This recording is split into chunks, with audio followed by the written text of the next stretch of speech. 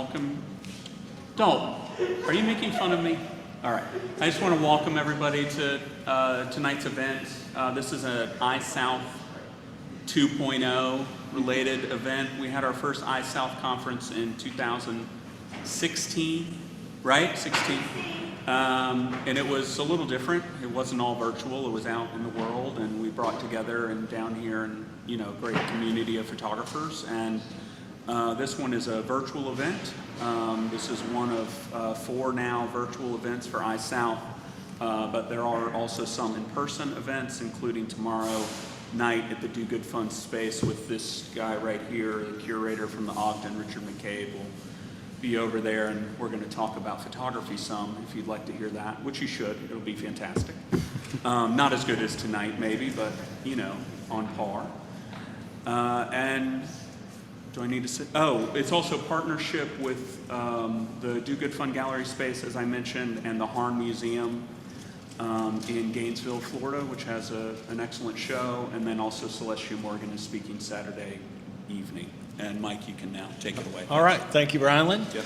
I'm Mike McFalls. I'm a professor of art, the director of Pasquan, the interim director of the Bartlett Center, co-curator of this exhibition that we're talking about today called Looking Male.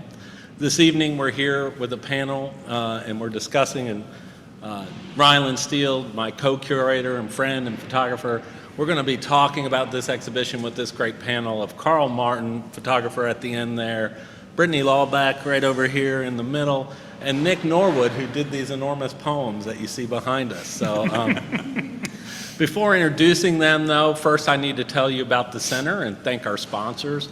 The Bo Bartlett Center is an 18,000 square foot interactive gallery space housed in the River Park campus at Columbus State University. The center is a dynamic, creative learning laboratory that is part gallery and part experimental arts incubator. For those of you who haven't noticed, we've been doing a lot of concerts and performances up in this space, and it's a great place to see those as well. So all the works for this exhibition that you're seeing today are from the Do Good Fund, and we need to thank the Do Good Fund for lending us those photos. For those of you that don't know, the Do Good Fund is a Columbus-based public charity. Since its founding in 2012, the fund has focused on building a museum-quality collection of photographs taken in the American South. I also want to thank our exhibition sponsors. The Houston Clinic sponsored this exhibition. An anonymous sponsor from our board of advisors also sponsored this exhibition, and we could not do this without their generosity and financial support. And then finally, I want to thank Andrea Mendoza-Gonzalez and Ainsley Steves, our student interns who actually designed and edited this beautiful catalog that you see here today. And you need this catalog to go through this exhibition. So there are plenty out there. Take one on your way out if you can. So let me introduce the artist, give you a little bit of background and bio, and then talk just briefly about this exhibition that Rylan and I co-curated. So Carl Martin is an artist designer based in Athens, Georgia. He studied at the School of Visual Arts in the early 80s. Then Martin left New York and returned to the South to continue his career. He is the recipient of several awards, including the John Simon Guggenheim Memorial Foundation Fellowship. Martin's photos have been in exhibitions nationally and are held in collections like the Museum of Modern Art, the Museum of Contemporary Art of Georgia, the Hartsfield Atlanta International Airport, and several other collections. In 2018, Fall Line Press published Carl Martin, a book containing over 25 years of his photographs. And again, this is Carl Martin down here at the end, and we're pleased to have him. We also have to his left there, Brittany Lawback. She is an artist and educator working in Athens, Georgia. Her newest project, which is not so new since the COVID, I suspect, based on the project, is inspired, though, by a favorite author of mine, David Foster Wallace' essay on cruise life. This essay had her embarking on a cruise ship to the Bahamas to capture its decadence and absurdity. Lauback has shown her images nationally and internationally. More recently, her work has been exhibited as part of the Ogden Museum's New Southern Photography. She currently teaches photography and design over there in Athens at UGA. And then to my right here, we have my friend Nick Norwood, colleague who works at Columbus State University.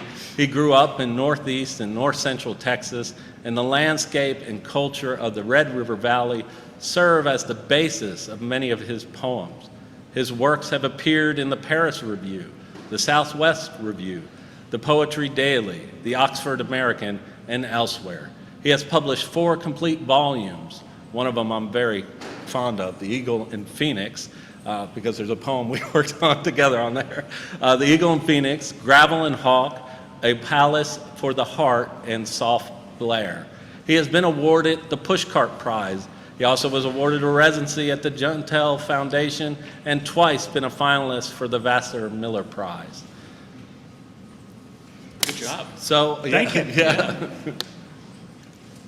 So this exhibition that you're looking at here, Looking Male, that we're sitting in, was curated by Rylan Steele, myself. Ryan and I are both professors here at Columbus State University. I teach sculpture, and Rylan is the photographer. We've taught classes together. We've been colleagues for years.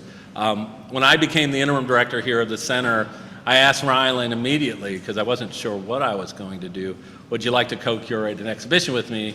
And without hesitation, Rylan said, sure, yeah, that sounds great. It's a good space. So, and I'm very pleased with the outcomes that we have here. During the process of curating this exhibition, Rylan kept playing Neil Young's song, Southern Man, before we even really knew what it was about, I think. Or maybe he did and it was a trick. I can't decide yet. It was a trick. And we were going through the 700 plus photos in the Do Good collection. It was this song, it was Brittany Lawback's Gulf Shores, along with Builder Levy's Andrew Costos, the 2 photos in the middle of this exhibition, that really served as a kind of springboard or the initial curatorial inspiration for this exhibition. I'm going to briefly touch upon some of the things Rylan and I talk about in the essay that we wrote for the Looking Male, and to kind of give you our mindset of what we were thinking when we put this show together. So, Looking Male offers multiple ways of visualizing the contemporary American South and the men that live in it. The combination of photographs present issues center on desire, race, religion, class, and gender. When putting the exhibition together, Rylan and I were invited to critique, or inviting the viewers to critique, analyze, investigate, and admire those men of the South. In the 45 years pictured in this exhibition and the 50 years since Neil Young's song, some things have changed, some things have stayed the same. Looking Male offers a perspective that illuminates the region as it currently exists and attempts to raise questions about the traditions and history and progress of the American South. So what we thought we'd do, because one of the things Rylan and I talked about when we were curating this exhibition, is we wanted Nick Norwood to respond to the Brittany Lawback piece and the Builder Levy piece. And we wanted these 2 poems to be kind of bookends to this exhibition.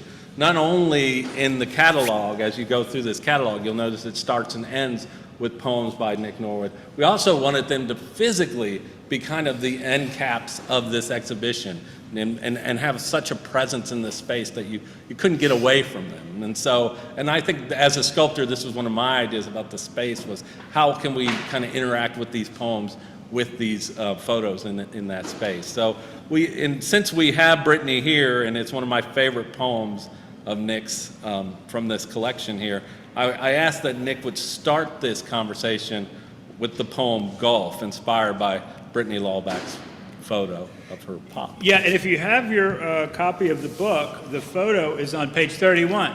And so, they gave me the 2 prints of the 2 photographs, and so this is what I was looking at, the photo on page 31, when I wrote the poem Gulf. And the poem's right there. Sorry. Yeah, the poem's behind you, but Hannah's, Israel's in the way, so you can't see the bottom. So, no, it's okay. Gulf. Head, heart, murky as a fog bank. Last night's lost sleep and fistfights with the self like telephone poles, the masts and rigging of ships rising up through a mist, and you can only try to find your way through dead reckoning among the ghosts of cliffs called grief, called regret, lining a hazy shore, swimming sea air, just out somewhere, midway.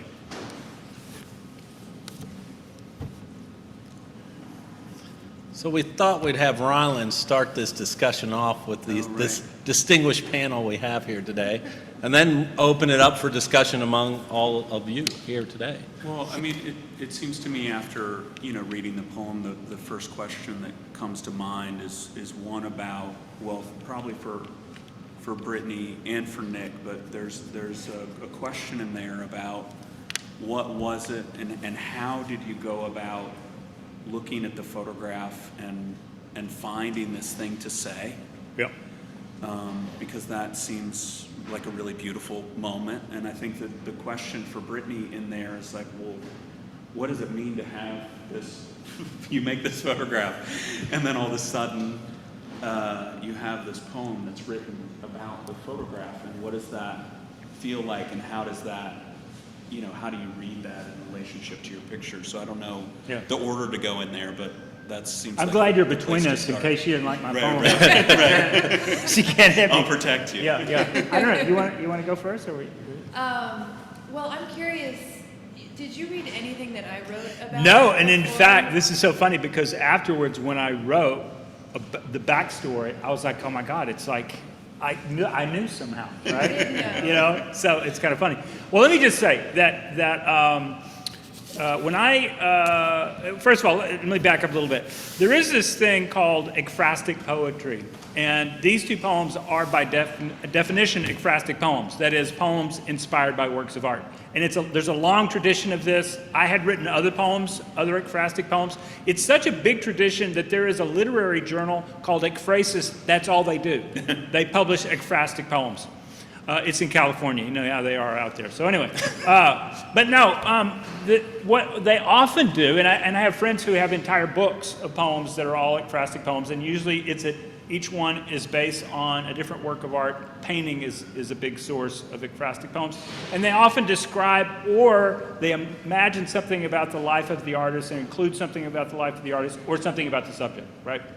And I can't explain why it came to me the way it did, but when I looked at the two photographs, Brittany's beautiful photograph and Bill Levy's beautiful photograph, it just occurred to me instantly to do another thing, which is to make them persona poems. That is, poems in which the speaker is clearly not the poet. And we assume that the speaker in each case is the figure that you see in the photograph. And I can't explain how that came to me, it just did. And I thought, that's the way I'm gonna go. And so, but I also wanted to have some direct references to things that are in the photograph. And so that's describing the things that you see, the fogginess and the telephone poles and all of that stuff. But then the other thing is, it's not enough just to describe those things. You have to try to describe something about what is going on psychically or emotionally with the figure. And so I just made it up. And I hope it worked out okay. And then later, much later in fact, I saw what you wrote about the particular moment, and I was like, wow, that's amazing how that sort of lines up. It really lined up well. So anyway, yeah. So the story of that photograph is I was down visiting my mom and my stepfather in Gulf Shores, Alabama. And my dad happened to be he does these car shows where they go in, like, have you guys ever gotten a key in the mail where it's like you've won a car, like come to the dealership and see if you've won? Well, that's what they are. They're promotional events, and when you go there, they try to sell you cars. And they bring in a new team of salesmen to try to get rid of try to get rid of the extra inventory that they have on the lot. And my dad does this, and it's hard work. He's like on his feet, 8 a.m. to 10 p.m. at night. It's like long hours, 12 days in a row. And he happened to be close by, and he's like, look, I can come hang out for a little bit. Will you come pick me up in Birmingham? I was like, all right, let's do this. And, you know, and it's always kind of an awkward situation because it's my dad with my mom and my stepfather. And luckily, like, as the years have gone on, this relationship has actually gotten a lot better. And everyone kind of is like, oh, your dad's coming? Like, bring Jim in. You know, Jim's got to come be there. So I picked him up, and then I think we went to Bahama Bob's, which is this really good fish restaurant in Gulf Shores, right on the beach. And I think we all drank a lot that night. And and so like the lost sleep and the fogginess of the whole thing, I think we all were feeling that in the morning a little bit. And it was just so bizarre to have my actual father asleep on the couch at my mom and my stepfather's house, you know. And then it was like first thing right in the morning, had to go take him back. But photographing my dad is always a really interesting thing because he's a big ham. You know, like half the time when I photograph him, he's always doing this. He's like, does this like he's trying to be real cute, you know? I'm like, stop being cute. Like he's like, I don't know, he has this pose that he goes to. And so I was like, you can't do that, you can't do it. He's like, fine. And like does this weird, you know, the gesture that he's making. And it just ended up perfect. And I think like what I love about that photograph so much is like the poles behind and the wire, you know, it does kind of go cuts right through almost his smile. Mm-hmm. And so it looks like it's holding him up and holding up his smile. And so the poem that he wrote just really fit that like amazingly well. Like the interior feeling of that day and even, you know, like regret and grief, just the emotional heaviness of the events of being with all three of your parents in one place. And so it really worked well. Wow. Well, and I will say, I think Rylan and I first said, we're not even going to tell you who made the photo. I think we said, here are these photos. How do you feel? And he's like, well, I kind of need to know a little information. But I believe that's how it started. It was just in really faint pencil on the back. I just happened to notice pencil on the back. What is that? Was the title of the was the title of the picture. Yeah. Right. Yeah. So that was the only That's all we insight. got. And I'm so curious, and I'm really curious to ask y'all, like, in relation to the show, what was with this photo that Well, that's a good question. that you chose to represent maleness or even Southern maleness? Well, I think I'll speak a little bit and then I'll let you. I think like I said, I think this was a subversive technique of Rylan where he played Neil just over and over and over. No. But I mean, and I think it's also, you don't have much of a choice with that collection because it's about Southern photography. So in some ways it was bound to be that.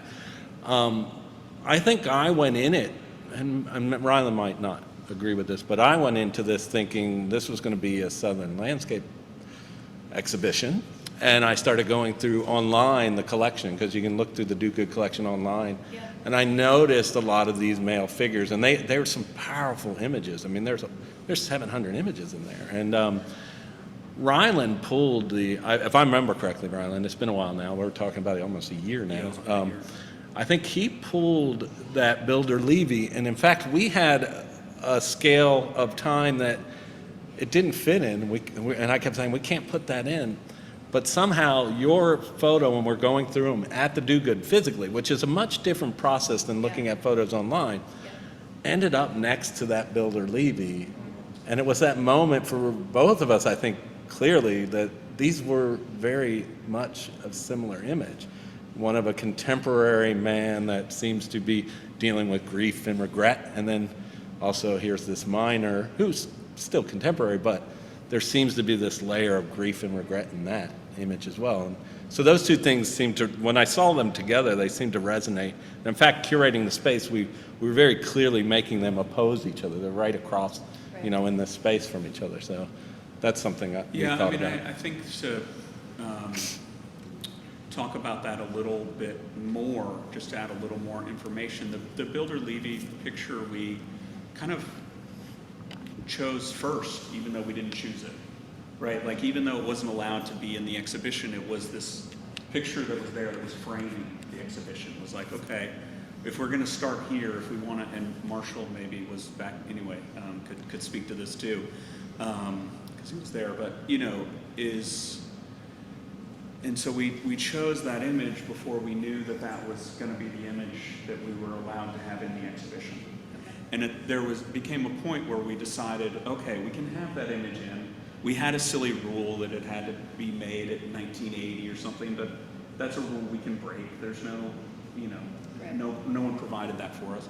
And we went through, I don't know how many hundreds of prints we physically went through. Because our first iteration of the show was quite a bit big. I mean, it was 44 images, I think, and now we're down to 13. So it was quite a bit bigger. And, you know, the last print we pulled out, actually, to look at and see if it fit in the exhibition was yours. And so we pulled it off the rack and we uncovered it, and we're like, holy shit, this is it, right? This is the print we have now a beginning and an end to the catalog. And so that's kind of how we got there. And in terms of it, you know, in this exhibition, you know, I actually think that, you know, in this exhibition, I had some students here last week and we were trying to talk about it. And, you know, it's one of the things that came up for me in this editing down of these was the directness of so many of the pictures, right? And that's the reason that Carl's picture becomes as strong as it does, is that you're looking at all these pictures and, you know, there's directness and then there's indirectness and then there's a bit of a landscape in one and then there's a, you know, like the Paul Pilecki image back there where it's like the people on the, you know, is it a portrait, is it not a portrait? And then if you take your image or if you take the Builder Levy image or you take Carl's picture, and I mean, I've been looking at Carl's picture more and more, you know, and, you know, it took me a while to even see the flash bulb over here. I don't know what's wrong with me, because normally I'm pretty perceptive, but I missed it for a while in the window, but there it is. And then the other thing that I keep thinking about this picture, Carl, and I don't know how to ask a question about it, is that when I look at the picture, and I'm sure your experience of making the picture is much different, but when I look at the photograph, I think a lot about how this guy's possession is his red color. That, like, it's all he has in some ways in this picture, you know, because it's all he has in the picture, it's all he has. And again, I don't know where the question is there. I think it's something about how you selected this particular person to photograph, or how you knew to photograph him in this way, or how you selected this image of the other images that you made of him. And, you know, I don't know what the question is, but I'm so fascinated in the picture. When I first came back to Georgia, can you hear me with my mask on? Is that okay? When I first came back to Georgia in 1990, I started a body of work called Men of Georgia. Yeah. And I was photographing people that I thought were underrepresented in media, in the consciousness of the community I just came from. We moved down from New York. And so I photographed people, you know, the men really struck me. They had a seemingly sense of authenticity. They didn't, it wasn't like being in New York where people had concocted their image. And this was just, I mean, they do concoct their image, everyone does. But, you know, it was a little more casual. It was a little less intently forceful, I'll say. And so I was just really attracted to that aspect of this group of individuals that I would continually see. And so it's a little bit out. It's sort of Crawfordville or Lexington. It's out of the country. So I was in it was a body of work, and I was just drawn to these characters. And it was really great. 99% of the people were very happy with letting me photograph them. You know, so that was also a surprise. Right. Well, and there's probably something there about how that they probably haven't been photographed, They might not have been. right? And that this is a way for, because of what you're talking about, because they're creating this image, Yes. but they're not as carefully creating it, they're not forcing it out into the world. And because of all of those things, they never would have even ended up in a picture. Awesome. And that this is a way for you to have It's a moment of recognition and, Right. and acknowledgement of a human being. Yeah.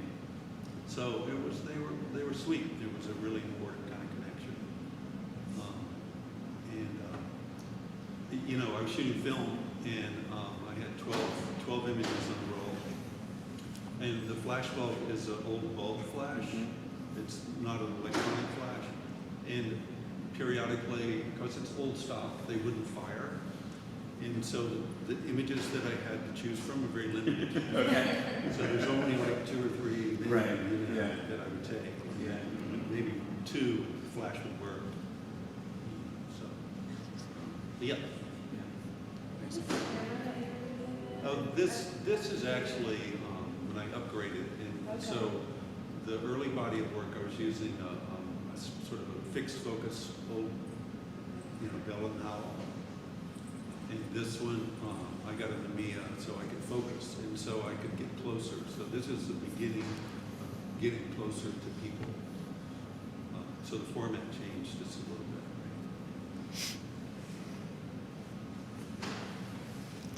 So, Brittany, I had a question to kind of go back to your body of work, because when I saw this piece, and I understood the relationship to the Builder Levy piece, and it struck me immediately that there was something there. And in fact, to be honest, the man in the red comb could have very well fit that place as well, I think. Right. It just was the timing of going through the collection, Right. how that worked out in a strange way. But that piece, to me, kind of fit the same bill.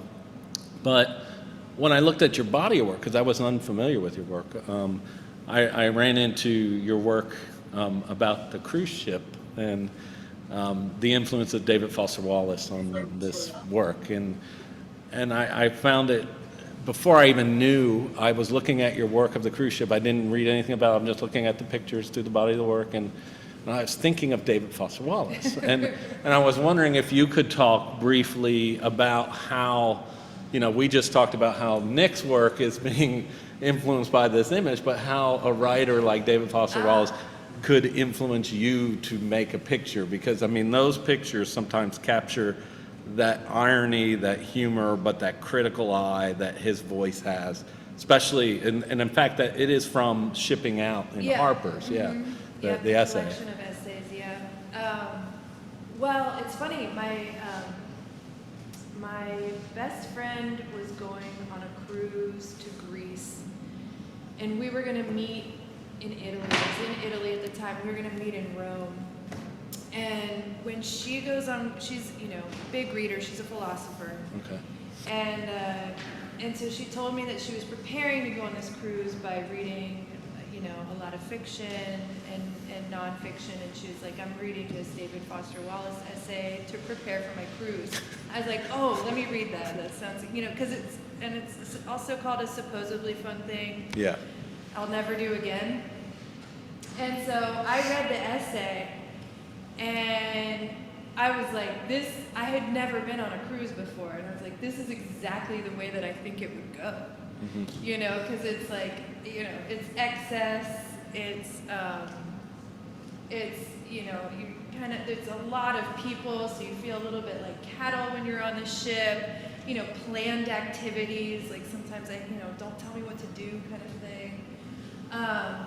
And so then I got the opportunity to go on one, and I was like, I'm gonna do it, I'm gonna photograph it. So I specifically did it to go photograph and see if that's how I would feel on a cruise. Yeah. Turns out I do. It was pretty accurate reading of a cruise experience, but The other thing I did find, I also found that cruise ships, they're really melancholy, and which I think is mentioned in the essay a bit. Like you get this, you have this really strange feeling when you're on them, or at least I did, and I think it's because the horizon is all around you at all times. Mm-hmm. And that feeling, and the fact that you always have the option to jump into the water at any point. It's like, it weighs on you heavily the entire time. And you feel that heaviness of being in this space. But the other thing that you feel that I don't think was in there. Oh, every day I thought about it. Okay. You know, Yeah. I I just threw go. it. I could just go. But the other thing that was pretty amazing about it is that's not really mentioned in the essay is how open and kind of amazing people are on the cruise. Like you make these really quick connections with people. I mean, I must have heard 10 life stories, you know, in a matter of a 2-day cruise. Like it's amazing. People just open up right away. And so that was something that I thought was really interesting. That you know, I'm not sure if you quite see that, but it really is there. It's like I had a group of friends by the end of the cruise, and we would play music on the top deck, and like, you know, it's just the experience. You know, when you're on a boat for a couple of days, you get really close to people, and I think like, you know, and I think that's something I love about photography too, and like what gives me access to kind of get closer to people pretty quickly is sharing that intimate moment of a photograph. And I think on a lot of these you can kind of see that and feel that. Yeah, when looking at those photos, although I've not seen any of them, I think in person, but just looking through that collection online, I remember thinking you had the ability to still be sincere and critical at the same time with those photos. You know, and I don't think I'm not a photographer, but it doesn't seem like a very easy thing to do. There was a genuine sincerity in many of those images that I think resonates. In the same way, I think when you read David Foster Wallace, I think he enjoyed the cruise when you were done, although he was very critical of it and would never do it again. Well, it sure made a good piece of art out Yeah. of it. You know, Yeah. a good piece of writing about it. You know? Yeah. Consider the Lobsters another good essay. Yeah, I haven't read that one. Yeah. So, did you want to? No, you had I knew you had another question on your list of Oh, questions no. Yeah. So, no, I was going to ask Carl, and I think he talked about this a lot, but I was wondering if you could talk about how you represent the black and white communities of the South in that body of work. And it seems to me that most of these photos, you stay quite neutral in your politics when it comes to those issues. And if you could touch upon that, because you kind of started to, but maybe talk about that a little more if that's... Yeah, well, I just, you know, again, I felt like that there was a whole population, both black and white communities, that were underrepresented and were invisible to the sort of, you know, world that I had just moved from. And I just felt like they really needed to be seen. Yeah. And, you know, particularly, you know, empathetic with all kind of situations, and there was a lot of that I saw. And so I felt like it was important to make a body of work that really represented both of those communities. And particularly the goal was to make pictures that are strong enough that would garner the interest of somebody looking at this person of a different community. Yeah. Oh, I'm sorry. I said that what was particularly important was that I tried to make the best photograph that I possibly could of the person or the culture, because it was important for the longevity of the picture and maybe a larger audience would one day see the picture. So that was the goal of the body of work, and that was kind of the driving force. And so within that framework, you know, I sort of consciously built, you know, a photograph. And some are more successful than others. But, Found it. you know, there's one here from, 20 years ago, so that's pretty good. How long of a project was that you worked on? You know, it was a decade. Okay. Or so. Yeah. And I never really got out of it. I always thought I was doing something new, but I was just sort of looking at it in a different way. I was peeling the onion one more layer down and continuing to look at, the cultural aspects and ramifications in and around Athens. And so that's why the book was published as sort of one body of work. Yeah. So. And with the new photographs you're making, the black and white, I mean, Yeah. I forget the title of them, but they're these facades or these black and white pictures. Yeah. Is there, I mean, it seems like a significant jump in some ways. It is. So do you have as much in mind with the photographs as you did with that earlier body of work, or do you just feel like it's a break? Like, Well, there's two things. One is it was a nice sort of pivot to pandemic work. Right. It didn't involve people. I felt more and more uncomfortable photographing people, not because of the pandemic, but just because of cultural appropriation. And I felt like that was becoming, like a sort of a Me Too moment for photographers that had to be addressed in one way or another. And the way I addressed it was I started photographing buildings and using architecture as the subject of my work to really kind of convey the same thoughts and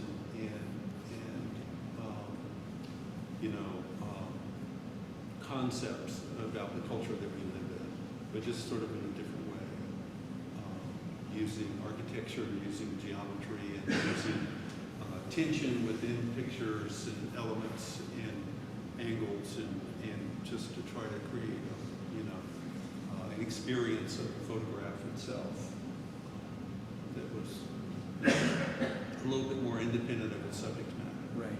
Yeah. So yeah, it is a little bit of a pivot, but if you go back and we were able to see the entire body of work, there's a lot of architecture. Right. So it's just picking up the thread and sort of dusting it off.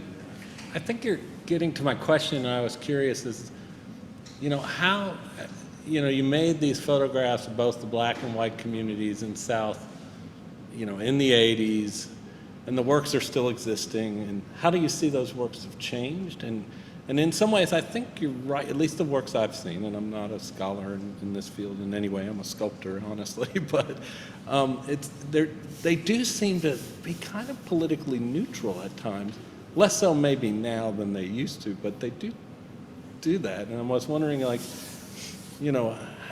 did you do that? Do you do that by building trust with the model? I mean, I guess, and maybe that's a difficult question to ask. So No, it's kind of like, it's actually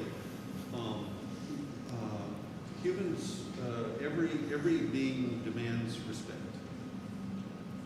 They require, the uncritical eye. And buildings, on the other hand, it's like working with fiction. When you have a fictional, you have to create a story. Yeah. I envy fictional writers because as a fictional writer, you can create a character that's heinous, But when you're photographing people, I feel like there's an overwhelming responsibility to portray that person in a positive as possible light. My wife thinks I take terrible pictures of people because nobody looks good, but I try to get beyond the looks. I'm not interested in the looks. I'm interested in the person, and I am consciously trying to portray them in a non-critical way. I have a question for you. For me? Yes. Oh, okay. You mentioned that the Builder Levy and the Brittany Lawback pictures encapsulated this sense of grief and regret. Yeah. You used the words grief and regret. And as I look around the room and look back through the catalog, I see that sort of as a theme that can be picked up within each image. Was that, Well, I think that's a good question. I have to admit, I stole Grief and Regret from You can Nick's see 'em poem right there on from the here, wall. can't you? So I was Right over like, the TV. somehow, Right yeah, there. somehow that got right into me. Looking straight So, but I mean, when I read Nick's poem, yes, I felt like, especially Golf. I mean, I like them both, but that one particularly, just I thought, really talks about Yes. all these photos. Yes. And it was, and he italicized those words, right? And on purpose. So those two words, grief and regret, seem to resonate throughout this whole exhibition. That is correct. I don't know if we consciously did it, but I do think after the fact, I saw that in there, you know. And I don't know if it's the collection. Maybe it's the collection it is a itself. double edit, that's right. Yeah, so maybe Well, that's and part I of it. think it's also photography to some degree, right? I mean, not exactly, but I think when you're making a portrait of someone that has this moment in which they're in front of you and they're grand or they're not grand or whatever they are, but that there are all these other moments after that and before that that you don't know what they are. And when you have the moment that you're looking at, I think you're also missing the other moments, right? Like I said about your picture, it's like, to me, and I don't think that happens in all photographs, but for me, I'm looking at this photograph and I keep thinking about it, and it's like, man, does he only have the red comb? Because he seems really proud of the red comb. Which Maybe he is pretty just combed his amazing. hair. He was getting his picture taken. Yeah, right, exactly. and you know, and he did, and he looks, you know, and so it isn't he's impoverished or he's not impoverished. It's none of that. It's just like, wow, he seems so incredibly proud of this thing, and I think that that's a beautiful. I just think he was enjoying the sunshine. He just combed his hair and he was Right. feeling good, you know. Yeah, He had on yeah. a comfortable shirt and everything was right with the world. It He- was okay. He's also stoic, though. There's something like he's got a lot of pride, I think, or something, you know. So my follow-up question is, if the grief and regret are the kind of themes, what does that say about the Southern man?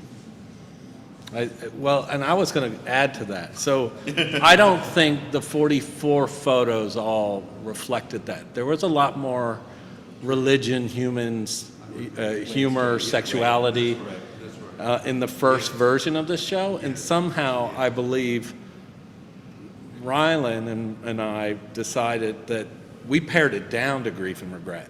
And I don't know if it was completely conscious. It just ended up being that.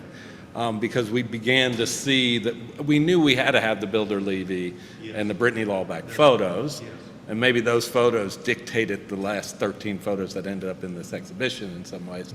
And I think both of those photos reflect grief and regret in many ways. I don't know if the collection, there's a lot of humor in that collection. There's a couple photographs in that collection I was just dying laughing every time I see them, and they made it into the exhibition. They just didn't stay in there in this. Right. Yeah. So I don't know if that I kind of No, dodged and I your mean, question. I think, you know, I mean, I think there's also probably something about Southern Gothic, you know, narrative that we know, right? You know, I think that there's potentially a part of grief and regret that we walk in here with when we know we're going to look at a group of pictures of Southernness, of Southern maleness, right? So we start with a kind of prejudice about, or a stereotype, or whatever the word is we want to use there, about what it's going to look like, about the way that we're going to read it, and we fill it, right? Like which isn't to say that it's not embedded in the picture, but it is to say that if I took one of these photographs out and I placed it somewhere else outside of this exhibition, it might not have the same weight that it has now in this Because it's in exhibition. context. Right, because it's in context of the show. And these poems, I think, Right. give, you know, they have this presence here that make you think of those things. I was actually going to ask Brittany, and you kind of asked the same question, but, you know, what does it feel like to have a poet write a poem about your photograph, and did it, you know, in some ways it reflected your father, but in ways did it change the way you saw that photograph? Yeah, a little bit. Well, first I love people writing about my work no matter what. It is flattering. At one point I did a quick a project where I had a philosopher, a poet, and a psychic write about my work. That's a good one. Just to see what they came up with. Because I'm always interested in what anyone sees in my work at all. And it's funny, but it's a little bit heavier than actually how I see my dad on one hand, but then on the other hand, it's my dad, and like we all have these complicated long histories, and and he's wonderful most of the time, and not some of the times, of course, like all of our parents. So it's kind of funny to see, or not funny, but it's heavier than I would see him most of the time, because he carries around with him a lightness in his attitude and in the way he interacts with the world, but at the same time, he also has had a harder life too, has been up and down all over the place, and has a very independent spirit. Regret is probably something he doesn't carry around very much. So that's, a little bit opposing, but I can still see that within that. And I can also see it within in personal relationships, especially with my mother. That might actually fit the bill. Or let's hope it does, or something. I hope, Right, yeah. Well, for me, just in terms of the visual pleasure of the image of Brittany's dad, the poem really brought out a lot of the poetry within, for lack of a better word, the poetry within the picture. Yeah. The rigging and the murky, just really made you realize and enjoy the image for just visual pleasure. Yeah. Yeah, and that hazy shore, that hazy shore in Gulf Shores is pretty amazing. Like the fog that rolls in pretty much along the whole Gulf Coast, and the sherbet colored palette. It's just, it really is amazing. So we have about 10 minutes that we said we would go an hour, and we're at all right. 50 minutes. Okay. I want to give the opportunity for students. I know there are students here that probably have questions, or even community members. It looks like we have quite a big group here. We do have a mic. If you're uncomfortable getting up and talking at the mic, if you just say it loud enough, I can repeat your question to the best of my ability. But the mic will allow the Zoom audience to hear you. So, And I know you want to be on Zoom, so. yeah, of course. Who use does? the mic. Yeah. So we're here to take questions. Any questions for our artist or poet? Quiet group. No? Oh, we got a question over here. Hey, I'm also a visual artist. But yes, my question is for you. Okay. So, how long have you been doing photography, and what inspires you? Because when I noticed about your work, it's like a perfect capture of a moment in time, And when you said that some of your pieces are 20 years plus old, that's just, it's phenomenal, because when I was looking at it, the first thing I thought was the way it just captured, the way it captures time is so mesmerizing. Hey, the question.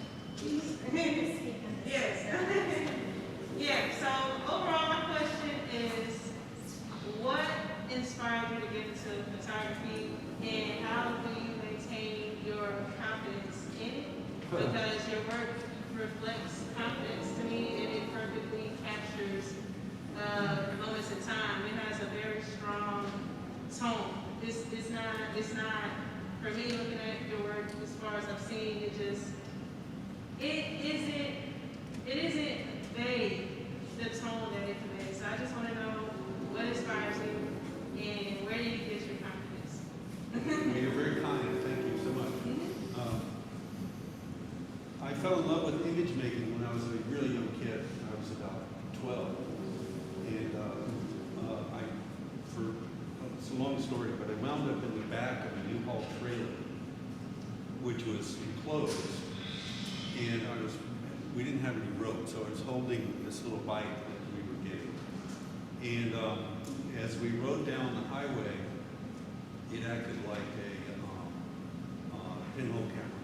And so saw on the opposite wall, it's like somebody got shot with a shotgun or something. Anyway, there's these little pinholes, and so there's all these little moving images that were being projected on the side of the inside of the box. And so, you know, it was little movies because we were going down the road, telephone poles and wires, but it was all upside down and backwards. And I don't know, it's just pretty fascinating about that. I don't know where I get my confidence. But I knew this, I was really determined to make this body work. And it kind of waxes and wanes. We'll get busy with life and then I'll come back and make a body of work. And so I'm not, doing that every day. But anyway, I'm still in it, but thank you for asking. That's a good origin story. I love an origin story. That's a good one. Daniel has a question there. Yeah, that is a good origin story. Hello, everybody. So my question is for you. You said you like talking about, or you said you like people talk about your work. Is this on? I don't think so. I think they might be capturing it on Zoom. Okay. So, Okay. But so my question is, talk about you like hearing a lot of people talk about your work, write about your work, and I wanted to know if their perception of it or how they write your work, does that influence your work thereafter, or your own interpretation of it? Like you said, like with this show, Rylan and Mike saw the bread and that kind of thing with your father, and so like the psychic or the poet and all of those kind of people, does that influence how you see your own work? That's a really good question. And I'm not entirely sure.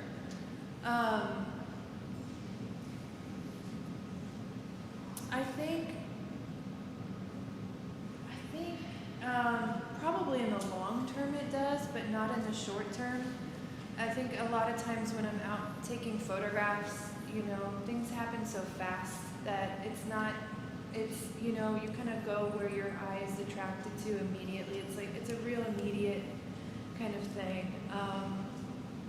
But probably in the long run, I would say, yeah, it does influence the way I think. I mean, I think what you said about kind of having that line between sincerity and also being critical, I've heard that a lot, that I kind of toe this line between a little bit of both.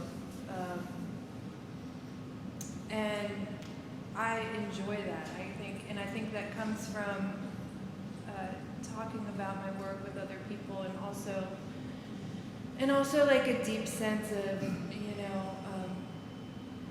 being, feeling absurd and confident all in the same time, thinking I'm smart and knowing that I'm not. So, and I think that has a lot to do That's with great. my relationship with people. Thank you. I think we have time for maybe one more question. There's one in the back there. And then what we'd like to do, as you're moving the mic down, Thanks, is close with, with mine. So we let Nick Norwood do another poetry reading. So we started with him reading the poem. We'll end with him reading mine.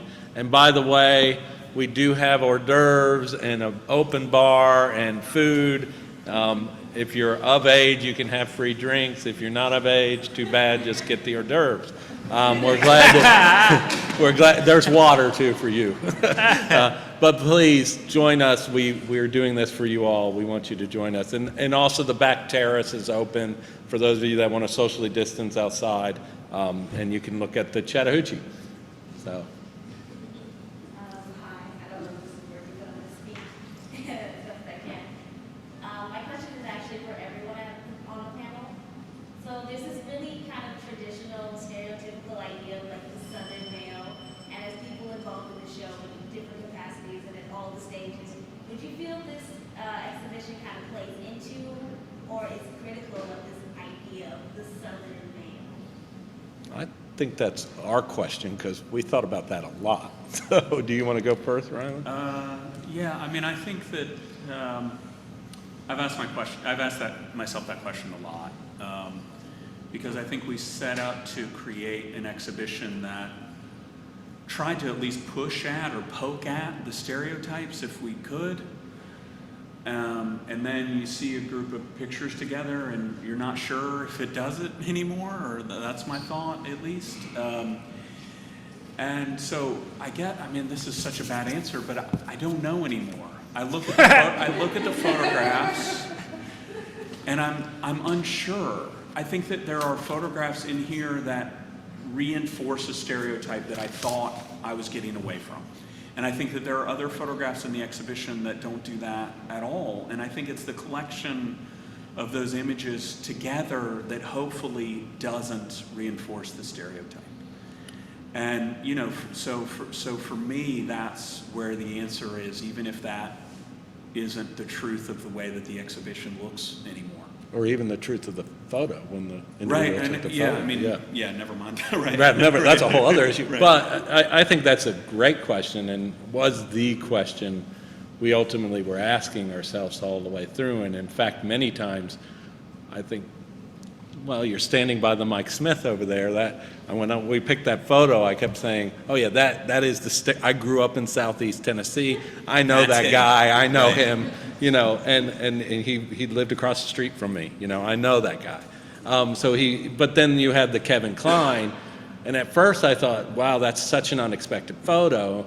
And then you read the story; it changes the way you perceive the photograph. I mean, and now I think it's maybe also a stereotype. I can't tell anymore. Yeah. And it does become very difficult. But I think what we were trying to do is push against those boundaries that we have set. I mean, photographs have done that forever, right? Photographs are images that are locked in time and kind of develop this way we perceive the world and also reinforce those stereotypes in many ways. And I hope that some of these photographs kind of push that. The Stacey Krantz piece over here, I mean, I think it's the hypersexualized image of a male figure. It's objectification. Yeah, she could not want that man more. Yeah, like right. It is she objectified a man in a way that I couldn't possibly think of doing. And I love that about that image in some ways. So there are images I think that push, but I also feel that they still kind of fit in that box. But an excellent question, but I hope that's the question people are asking as they're walking through this. And I think a great question to end this discussion with, and let's go have beer and wine and some food. And after the poem, I'm sorry. Guy, you made me feel like I need to read it really fast. No, read it slow. Let it impact them. Thanks so much. Now, I just want to say this one thing, which from what Carl was just saying, is that everybody deserves respect. And I think it relates to the question you were asking. And when you guys showed me these two photographs, that was one of the things that came through to me. Right, was that everybody deserves respect, and I felt there was a sort of a sympathetic eye. Anyway, so anyway, that definitely influenced the poems I wrote. Mine. You keep looking for it, digging for it, scratching for it, down there hunched over in the dark, cave-brained, cramped, sucking dust. But it is just a hard thing to run up on, seems like. Down where the canary dies, its tiny heart, just a hard thing to run up on. Till one day you haul up out of the pit, shielding your eyes from the light, happen to tilt your chin and be damned. There it is.